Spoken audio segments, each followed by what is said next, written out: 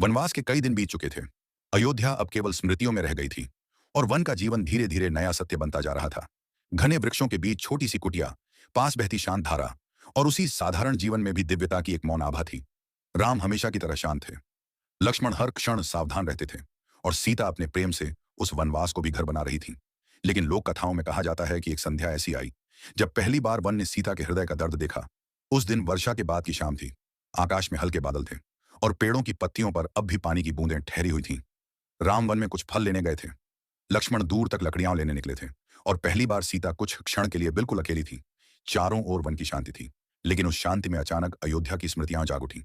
राजमहल, माता कौशल्या का स्नेह, जनकपुरी की गलियां और वह जीवन जो पीछे छूट चुका था। सीता ने खुद को हमेशा मजबूत रखा था। उन्होंने कभी अपने दर्द को शब्द नहीं दिया, क्योंकि वे जानती थीं कि राम का मार्ग ही उनका मार्ग है। पर उस संध्या उनके भीतर दबा हुआ विरह अचानक बाहर आ गया।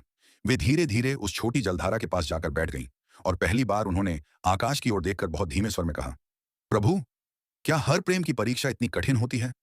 यह कहते ही उनकी आंखों से एक आंसू गिरा, फिर दूसरा, फिर तीसरा। वे आंसू सीधे उस शांत जल में जाकर गिरे और तभी कुछ ऐसा हुआ जिसे देखकर स्वयं वन भी मौन रह गया। लोक कथाओं में कहा जाता है कि जैसे ही सीता का पहला आंसू जल को छूकर गिरा, उस स्थान पर हल्की सी सुनहरी चमक उठी। सीता ने नीचे देखा। जहां अभी कुछ क्षण पहले केवल पानी था, वहां धीरे धीरे एक कोमल कली ऊपर आने लगी, जैसे जल के भीतर से कोई छिपा हुआ जीवन जाग रहा हो। कुछ ही क्षणों में वह कली खुली और एक अद्भुत कमल प्रकट हुआ। ऐसा कमल जिसे उस वन में किसी ने पहले कभी नहीं देखा था। उसकी पंखुड़ियों पर हल्की सुनहरी आभा थी और बीच में गुलाबी प्रकाश, जैसे वह कोई साधारण फूल नहीं, एक भाव का जन्म हो। सीता आश्चर्य से उसे देखती रह गई। तभी दूसरी बूंद गिरी और उसके पास एक और कमल खिल गया। फिर तीसरी बूंद और तीसरा कमल। कुछ ही क्षण में उस छोटी धारा में कई कमल खिल उठे, जैसे जल स्वयं उनके आंसुओं को संभालकर फूलों में बदल रहा हो। तभी राम लौटे।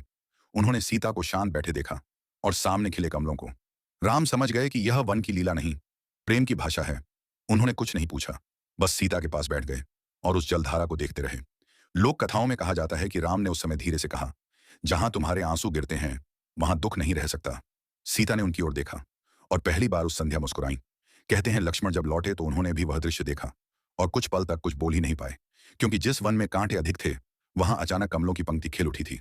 उस दिन के बाद अर्षियों ने उस स्थान को सीता कमल तट कहा और कई वर्षों तक वहां हर वर्ष वर्षा की पहली शाम बिना बीज के कमल खिलते रहे। वन के साधु कहते थे कि वे कमल किसी मिट्टी से नहीं, सीता के पवित्र प्रेम से जन्मे थे।